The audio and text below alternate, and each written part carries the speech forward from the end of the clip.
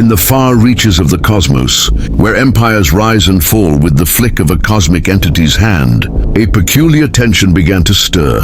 Not among the stars themselves, but between two seemingly simple beings, both guardians in their own right, both vessels of unimaginable strength, and both ruled in part by a primal instinct, one the emerald embodiment of rage and power, the other the ancient force of nature given voice and soul. The incredible Hulk and Groot. Their paths were never meant to cross, until the universe made sure they did. It started on Earth, or rather beneath Earth. Bruce Banner had been doing his best to stay hidden after the collapse of the Avengers. His mind, fractured from years of balancing his humanity with the monstrous alter ego, needed silence. But silence is a luxury Banner never truly had. Somewhere in the old ruins of a former S.H.I.E.L.D. facility in Greenland, he'd stumbled upon Project Scar, a contingency designed to manipulate gamma-radiated DNA for off-world weapon deployment. What Banner found disturbed him. They hadn't just replicated his DNA, they were seeding it into alien ecosystems. Worlds beyond Earth were being turned into gamma breeding grounds. But the worst part? Some of those worlds were alive, ecosystems that thrived under natural order. And S.H.I.E.L.D's old Black Ops weren't the only ones playing God. The Ravagers, galactic smugglers and thieves, had intercepted a gamma shard during transport. And where there were Ravagers, there were Guardians. Groot had grown, no longer the sapling who danced to Quill's mixtapes, nor the adolescent filled with sarcasm and mood swings. He had matured into something older, more primal, a towering sentinel of bark and power, carrying within him memories from a past lost in flame and rebirth. Though still saying only "I am Groot," his voice now carried an ancient timbre, resonating like the roots of a world tree echoing through the cosmos. The Guardians had taken notice of the Gamma incident when a terraformed moon in the Andromeda system began mutating into a green glowing wasteland. Creatures once peaceful were now massive, aggressive, and pulsing with gamma energy. Rocket analyzed the isotopic trace. It's Earthborn. Banner's crap. Peter Quill didn't like it. Banner's not the enemy. Rocket snorted.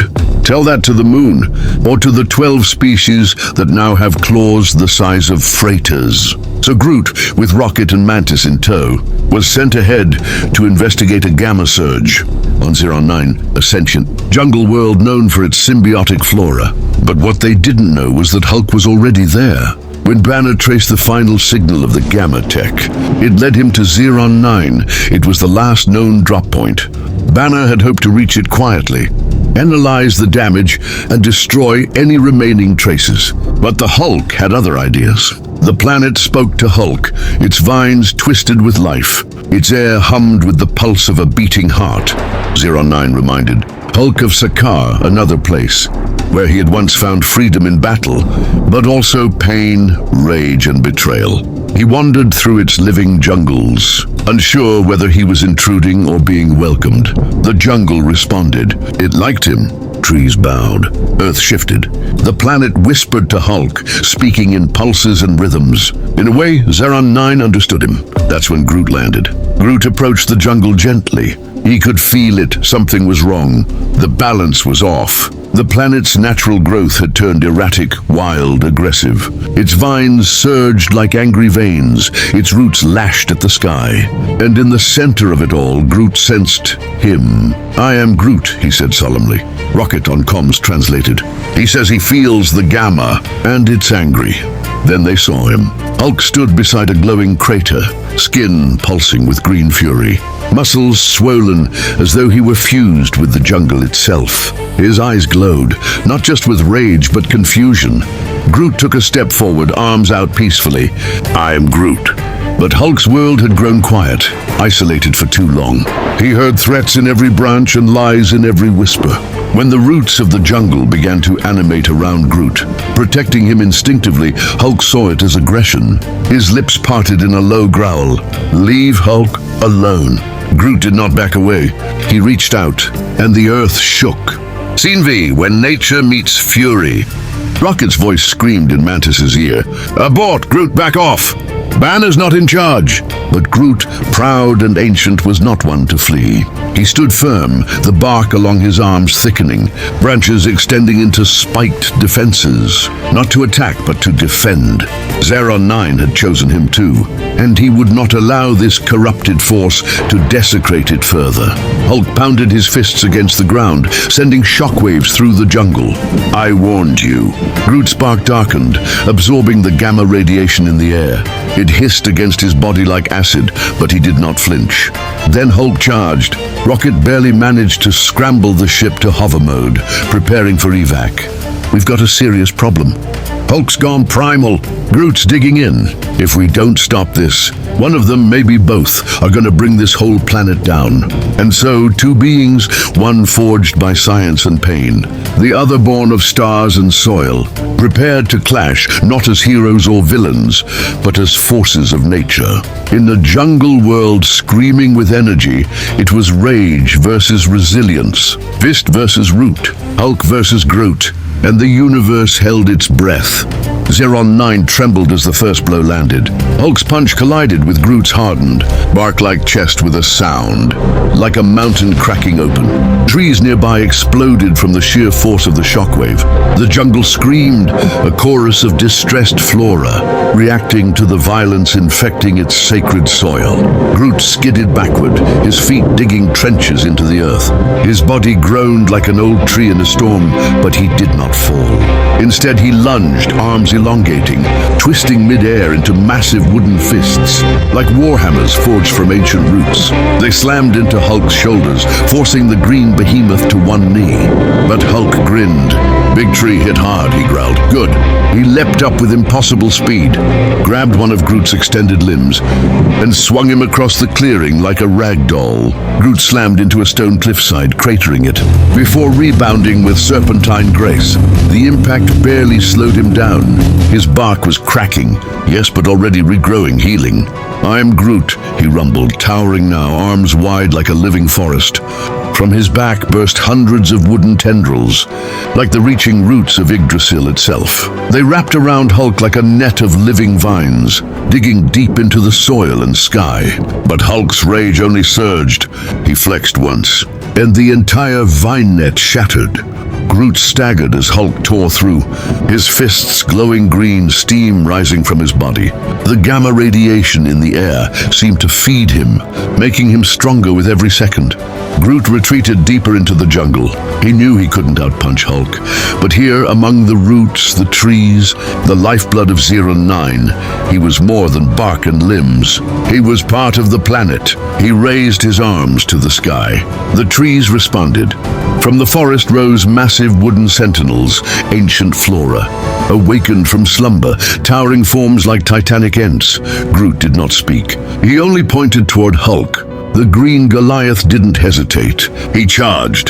The first tree giant swung a massive limb, but Hulk ducked, rolled under it, and leapt upward, his fists smashing through the sentient bark like it was plywood. The creature exploded into splinters. Another grabbed Hulk from behind, massive roots wrapping around his limbs. Groot dashed forward, merging with the roots, reinforcing them. Together, they lifted Hulk into the air. Groot summoned all his power, roaring like a god of wood and soil. He tightened the grip, wrapping Hulk in a cocoon of bark, vines, and roots. The planet itself responded. The earth cracked and swallowed them both in a colossal sinkhole. They landed in an underground cavern, where glowing green crystals jutted from the walls, pure gamma ore. Hulk's eyes lit up like emerald fire. More power, he whispered as his body drank in the radiation. Groot hesitated. The crystals were corrupting the land. They were the source of the madness, but to Hulk they were fuel.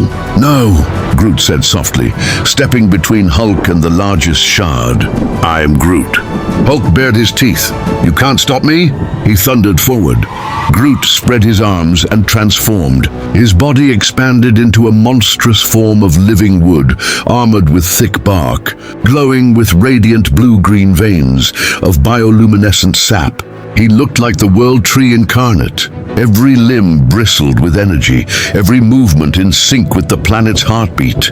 Hulk collided with him like a meteor. The cavern detonated. Above ground, Rocket and Mantis watched from the ship. We're reading a gamma spike, Rocket shouted. They're tearing through the planet's crust. Mantis closed her eyes, tears forming. So much pain. Both of them. Back below, Hulk and Groot lay locked in battle amidst rubble and flame. Hulk's skin was cracked with glowing green scars. Groot's bark was splintered, his left arm reduced to embers. But still they fought. Two elemental beings. Two gods of flesh and wood, hammering each other without restraint. Finally, Hulk landed a punch that cracked Groot's chest wide open. The tree being staggered, one knee falling. Hulk roared in triumph, but paused. Inside Groot's chest, where the wound opened, was not blood. It was life. A pulsing, glowing seed. The heart of Zeron 9. Hulk raised his fist, but it trembled. This wasn't just a fight anymore. Groot had been protecting the world, not threatening him. He remembered Sakaar. He remembered how he had fought for a planet that used him. Was he becoming the thing he once hated? Groot looked up, barely able to speak. "I am Groot."